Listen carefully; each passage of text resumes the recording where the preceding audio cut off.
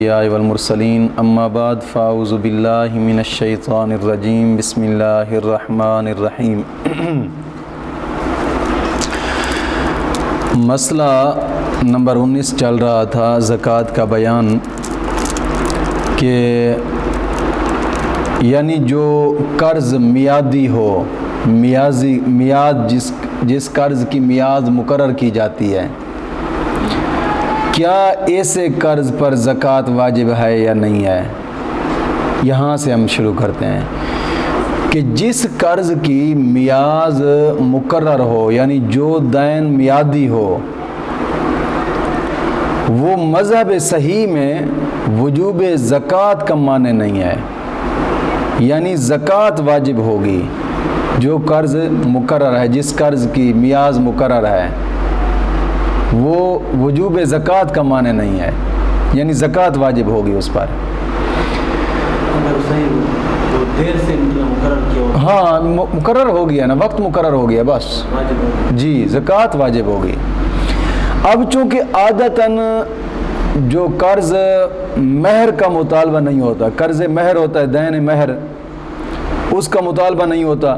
مثال کے طور پر یعنی اگرچہ شوہر کے ذمے جتنا ہی قرض ہو، مہر قرض ہو، حق مہر جو ہوتا ہے وہ قرض ہے، تو جب وہ مالک کی نصاب ہے تو زکوٰۃ واجب ہے۔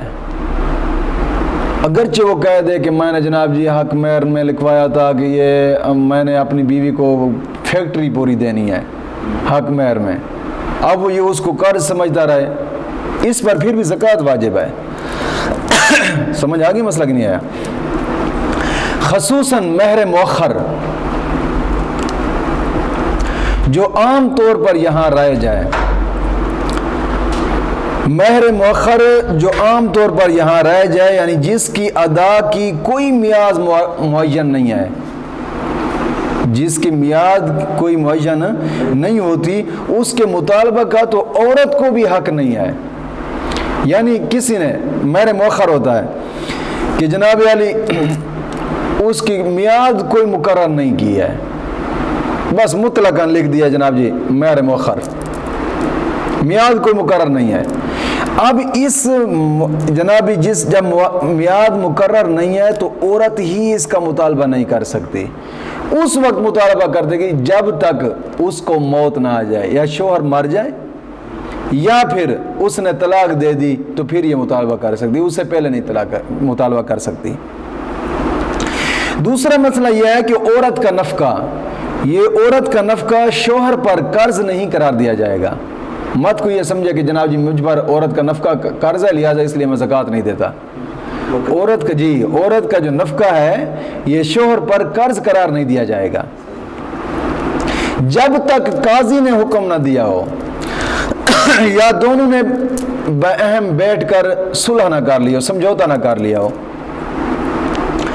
اگر یہ دونوں نہ ہوں، یعنی نہ ہی قاضی نے حکم دیا ہے اور نہ ہی ان دونوں نے سمجھوتا کیا ہے، تو ان دونوں اگر یہ دونوں چیزیں نہ پائی گئی تو ساقط ہو جائے گا، پھر اس پر زکوٰۃ کا دینا واجب نہ ہوگا، لہذا پھر بھی یہ مانع زکوٰۃ واجب نہیں ہے، یعنی کہ اس کا نفقہ دینا جو ہے نا یہ واجب نہ ہوگا، پھر بھی زکوٰۃ دینا یعنی واجب ہے، مانع زکوٰۃ نہیں ہے یہ چیز۔ عورت کے علاوہ کسی رشتہ دار کا نفقہ اس وقت دین ہے، یعنی قرض ہے، تو پھر جب 1 مہینہ سے کم کا زمانہ ہوا ہے، 1 مہینہ سے کم کا زمانہ گزرا، یا اس رشتہ دار نے قاضی کے حکم سے قرض لیا ہے، اور اگر یہ دونوں باتیں نہیں تو ساقط ہے اور مانع زکوٰۃ نہیں ہے۔ مسئلہ سمجھ آیا کہ نہیں آیا؟ آگے مسئلہ یہ ہے کہ مسئلہ نمبر 21، یعنی قرض اس وقت مانع زکوٰۃ ہے جب زکوٰۃ واجب ہونے سے پہلے کا ہو، زکوٰۃ واجب ہونے سے پہلے کا ہو تو پھر مانع زکوٰۃ ہے. اگر نصاب پر سال گزرنے کے بعد قرض ہوا ہے تو اب زکوٰۃ پر اس دین کا کوئی اثر نہیں پڑے گا. زکوٰۃ پر اس دین کا کوئی اثر نہیں پڑے گا. مسئلہ نمبر 22 یہ ہے کہ جس دین کا مطالبہ بندوں کی طرف سے نہ ہو، جس قرض کا مطالبہ بندوں کی طرف سے نہ ہو، اس کا اس جگہ اعتبار نہیں ہے، یعنی وہ مانع زکوٰۃ نہیں ہے. مثال کے طور پر نظر مانی تھی، یا پھر کفارہ ہے، یا صدقہ ہے، صدقہ فطر ہے، یا جناب علی قربانی ہے، یا حج ہے. اگر ان کے مصارف نصاب سے نکالیں تو اگرچہ نصاب باقی نہ رہے پھر بھی زکوٰۃ واجب ہے. مسئلہ سمجھ آیا کہ نہیں آیا؟ مثال کے طور پر یعنی عشر ہے اور خراج، عشر اور خراج واجب ہونے کے لیے دین مانع نہیں ہے، یہ ہر حال میں واجب ہیں. جی اگرچہ یہ بندہ مقروض ہے لیکن یہ جو چیزیں ہیں نا یہ اس پر واجب ہیں. عشر ہر حال میں عشر یہ نکالے گا فصل سے، اگرچہ یہ مدیون ہے یعنی مقروض ہے پھر بھی عشر نکالے گا. آگے مسئلہ نمبر 23 ہے کہ جو قرض سال کے درمیان اس پر ہوا ہے، یعنی سال کے شروع میں یہ مقروض نہیں تھا، سال کے درمیان میں یہ جناب جی مقروض ہو گیا، اب تمام سال ہونے یعنی جب سال مکمل ہوا قرض کے علاوہ یہ مالک نصاب ہو گیا ہے، قرض کے علاوہ مالک نصاب ہو گیا تو زکوٰۃ واجب ہو گئی ہے. اس کی صورت یہ ہے کہ فرض کرو قرض خواہ نے قرض معاف کر دیا ہے، قرض خواہ نے قرض معاف کر دیا ہے، تو اب چونکہ اس کے ذمہ دین نہیں رہا، قرض نہیں رہا، تو سال بھی پورا ہو چکا ہے لہذا واجب ہے کہ ابھی زکوٰۃ دے. یہ نہیں ہے کہ اب سے ہی 1 سال گزرنے پر جناب زکوٰۃ واجب ہوگی، یہ مت سمجھے، جیسے اسی وقت زکوٰۃ دیں. اگر شروع سال سے یہ جناب جی مقروض تھا اور سال تمام پر اس شخص نے اس کا قرضہ معاف کر دیا ہے تو اب زکوٰۃ واجب نہ ہوگی بلکہ اب سال گزرنے پر ہوگی. آگے مسئلہ یہ ہے، مسئلہ نمبر 24 کہ ایک شخص مقروض ہے، ایک شخص مدیون ہے اور چند نصاب کا مالک ہے، ہر ایک سے دین ادا ہو جاتا ہے، قرض ادا ہو جاتا ہے ہر ایک نصاب سے. مثلا اس کے پاس پیسے بھی ہیں، اشرفیاں بھی ہیں، اور جناب علی تجارت کے اسباب بھی ہیں، اور چرئی کے جانور بھی ہیں. تو روپائے اشرفیاں جو ہیں وہ یعنی دین کے مقابل سمجھے، اور نصاب جو ہے ان سے اور چیزوں سے زکوٰۃ دے. اگر روپائے اشرفیاں نہ ہوں، چرئی کے جانور کی چند نصابیں ہیں اس کے پاس جو چرئی کے جانور ہیں، مثال کے طور پر 40 بکریاں ہیں، 40 بکریاں ہیں، 30 گائے ہیں، 5 اونٹ ہیں اس کے پاس، تو جس کی زکوٰۃ میں سے آسانی ہو اس کی زکوٰۃ دے اور دوسرے کو دین میں سمجھے. تو اس صورت میں یہ جو پچھلی مذکورہ صورت ہے، اگر بکریاں یا اونٹوں کی زکوٰۃ دے گا تو 1 بکری دینی ہوگی، گائے کی زکوٰۃ میں تو سال بھر کا ایک بچھڑا ہوگا. ظاہر ہے کہ 1 بکری دینا بچھڑے دینے سے زیادہ آسان ہے تو 1 بکری دے سکتا ہے.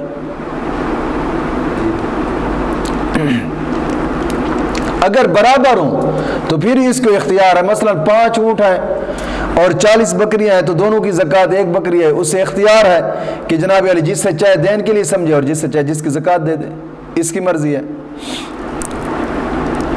یہ سب تفصیل یعنی اس وقت ہے کہ جب بادشاہ کی طرف سے کوئی زکوٰۃ وصول کرنے والا آئے بادشاہ اسلام ہو، یہ جو بادشاہ، ان بادشاہوں کا کوئی اعتبار نہیں ہے اس میں، وہ بادشاہ اسلام یعنی عالم دین بادشاہ ہو ملک کا، ورنہ اگر بطور خود دینا چاہتا ہے تو ہر صورت میں اس کو اختیار ہے، جس کو چاہے دین سمجھے، دین کے مقابل سمجھے، اور جس کی چاہے زکوٰۃ دے دے۔ مسئلہ نمبر 25 یہ ہے، اس پر 1000 روپے قرض ہیں، 1000 روپے قرض، یہ مثال کے طور پر مسئلہ بیان کیا جا رہا ہے، مت کو سمجھے کہ آج 1000 قرض ہے تو جناب جی زکوٰۃ میں نہیں دینی نا، اس پر 1000 قرض ہے اور اس کے پاس 1000 روپے بھی ہے، 1000 قرض ہے اور 1000 روپیہ بھی اس کے پاس ہے، ایک مکان ہے رہنے کے لیے، خدمت کے لیے ایک غلام بھی ہے، تو زکوٰۃ واجب نہیں ہے اس پر، زکوٰۃ واجب نہیں ہے، اگرچہ مکان اور غلام جناب جی 10,000 روپے کے ہوں، کیونکہ یہ حاجت اصلیہ میں ہے، مسئلہ سمجھا ہے کہ نہیں ہے جی، اور جب روپے موجود ہیں تو پھر قرض کے لیے روپے قرار دیے جائیں گے، نہ کہ مکان اور غلام۔ آگے 8ویں شرط تھی کہ نصاب حاجت اصلیہ سے فارغ ہو، نصاب حاجت اصلیہ سے فارغ ہو۔ حاجت اصلیہ کیا ہے؟ یعنی جس کی زندگی، جس کی طرف زندگی بسر کرنے کے لیے آدمی کو ضرورت ہو تو اس میں زکوٰۃ واجب نہیں ہوتی۔ مثال کے طور پر رہنے کے لیے مکان ضرورت ہے انسان کی، اور سردیوں اور گرمیوں کے کپڑے پہننے کے لیے یہ بھی حاجت اصلیہ ضرورت ہے انسان کے لیے، خانہ داری کے سامان، گھر میں جو کام کاج کے سامان ضرورت پڑتا ہے اس کی ضرورت ہے، سواری کے جانور یہ بھی اس کی ضرورت ہے، حاجت اصلیہ میں، خدمت کے لیے لونڈی یا غلام یہ بھی حاجت اصلیہ میں، اور پیشہ ور لوگ جو ہیں ان کے اوزار ہوتے ہیں، مثال کے طور پہ مستری ہیں کام کرتے ہیں، ان کے اوزار ہیں، یہ حاجت اصلیہ میں، اور اہل علم کے لیے حاجت کی کتابیں، اہل علم جو ہوتے جی یا کھانے کے لیے غلہ رکھا ہوا ہے یہ حاجت اصلیہ ہے، تو ان پر زکوٰۃ واجب، جو حاجت اصلیہ میں چیز ہے اس پر زکوٰۃ واجب ہے، حاجت اصلیہ سے زائد ہو تو پھر زکوٰۃ واجب ہے۔ اب ایسی چیز خریدی کہ جس سے کوئی کام کرے گا اور کام میں اس چیز کا اثر باقی رہے گا، مثال کے طور پر جیسے چمڑا ہے، چمڑا پکانے کے لیے معزون ایک دوا ہوتی ہے اور تیل ان کی ضرورت ہے، اب معزون اور تیل ان پر سال گزر گیا ہے، سال گزر گیا ہے تو زکوٰۃ واجب ہے ان چیزوں پر۔ اسی طرح رنگ ریز آدمی ہے جو جناب علی اجرت پر کپڑا رنگنے کے لیے کوسوں میں زعفران خریدتا ہے، اگر بقدر نصاب ہے اور سال گزر گیا ہے تو زکوٰۃ واجب ہے۔ پڑیا جو جناب علی وغیرہ رنگ کا اس کا بھی یہی حکم ہے۔ اگر ایسی چیز ہے کہ جس کا اثر نہیں رہے گا باقی، مثال کے طور پر صابن ہو گیا، صابن اس کا اثر باقی نہیں رہتا، اگرچہ بقدر نصاب اور سال گزر جائے پھر بھی زکوٰۃ واجب نہیں ہے اس پر، مسئلہ سمجھ آ گیا، کیونکہ اس کا اثر باقی رہتا ہی نہیں ہے جی۔ آگے مسئلہ یہ ہے کہ عطر فروش نے عطر بیچنے کے لیے شیشیاں رکھی ہیں، زکوٰۃ واجب ہے اس پر، اگر آپ نے لگانے کے لیے ایک دو رکھی ہے تو اس پر زکوٰۃ واجب نہیں ہے، بیچنے کے لیے رکھی ہیں جتنی بھی رکھی ہیں زکوٰۃ واجب ہے اس پر۔ آگے مسئلہ یہ ہے کہ مسئلہ نمبر 29، خرچ کے لیے کچھ پیسے رکھے ہیں اس شخص نے کہ سال بھر میں خرچ کروں گا، تو یہ حاجت اصلیہ میں ہے۔ اب حاجت اصلیہ میں خرچ کرنے کے روپے رکھے اس نے، تو سال میں جو کچھ خرچ کیا گیا ہے، سال کے اندر جو کچھ خرچ کیا گیا ہے اور جو باقی رہے اگر بقدر نصاب ہے تو اس کی زکوٰۃ واجب ہے، اگرچہ اسی نیت سے رکھیں کہ آئندہ حاجت اصلیہ ہی میں صرف کروں گا ان کو۔ اگر سال تمام کے وقت حاجت اصلیہ میں جناب علی خرچ کرنے کی ضرورت ہے، اس کو سال کے اخیر میں حاجت اصلیہ اس کو ضرورت پڑ گئی، خرچ کر ڈالے اس نے سب، پھر اس پر زکوٰۃ واجب نہیں ہے۔ اہل علم جو شخص ہے اس کے لیے کتابیں حاجت اصلی ہیں، حاجت اصلی ہیں، اور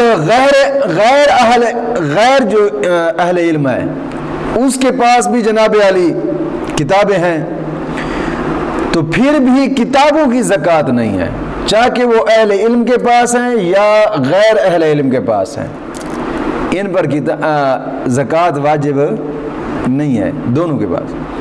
شرط یہ ہے کہ کتابیں تجارت کے لیے نہ ہوں بلکہ مطالعہ کے لیے ہوں۔ اگر کتابیں تجارت کے لیے ہیں تو پھر زکوٰۃ واجب ہو سکتی ہے۔ بابا بات سمجھ آ گئی کہ نہیں ہے؟ غیر اہل علم اور اہل علم کا فرق صرف اتنا ہے کہ جو اہل علم کے پاس ان کتابوں کے علاوہ اگر مال بقدر نصاب نہیں ہے تو یہ زکوٰۃ لے سکتا ہے۔ اس لیے بزرگ علماء فرماتے ہیں نا، عالم فقیر ہے، عالم پر زکوٰۃ لگتی ہے، کیونکہ اس بیچارے نے کتابیں لینی ہوتی ہیں۔ مسئلہ سمجھ آیا کہ نہیں ہے؟ اور جو غیر اہل علم ہے وہ زکوٰۃ نہیں لے سکتا۔ مسئلہ سمجھ آیا کہ نہیں ہے؟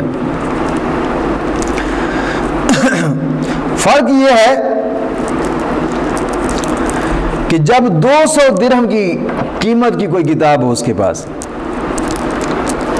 پہلے اس کو سمجھا جائے کہ اہل کون ہے۔ اہل وہ شخص ہے کہ اہل علم وہ شخص ہے کہ جو کتابیں پڑھنے اور پڑھانے یا تصحیح کے لیے ان کتابوں کی ضرورت ہو اس کو، یہ شخص اہل علم ہے۔ کتاب سے مراد جناب علی فقہ، تفسیر، حدیث ہے، یہ کتاب سے مراد ہے۔ اگر ایک کتاب کے چند نسخے ہوں اس کے پاس، ایک کتاب ہے اس کے چند نسخے اس کے پاس ہیں، اور ایک سے قیمت کی زیادہ ہوں یا متعدد کتابوں کے زائد نسخے جناب علی مل جائیں اس کے پاس، اگر 200 درہم کی قیمت کے، یہ 200 درہم تو میں ویسے کہہ رہا ہوں، یعنی اگر وہ مالک کی نصاب پہنچتا ہے وہاں پر زائد جو نسخے ہیں تو پھر اس پر ان چیزوں کی زکوٰۃ واجب ہے۔ جو اہل علم ہے اس پر زکوٰۃ واجب نہیں ہے۔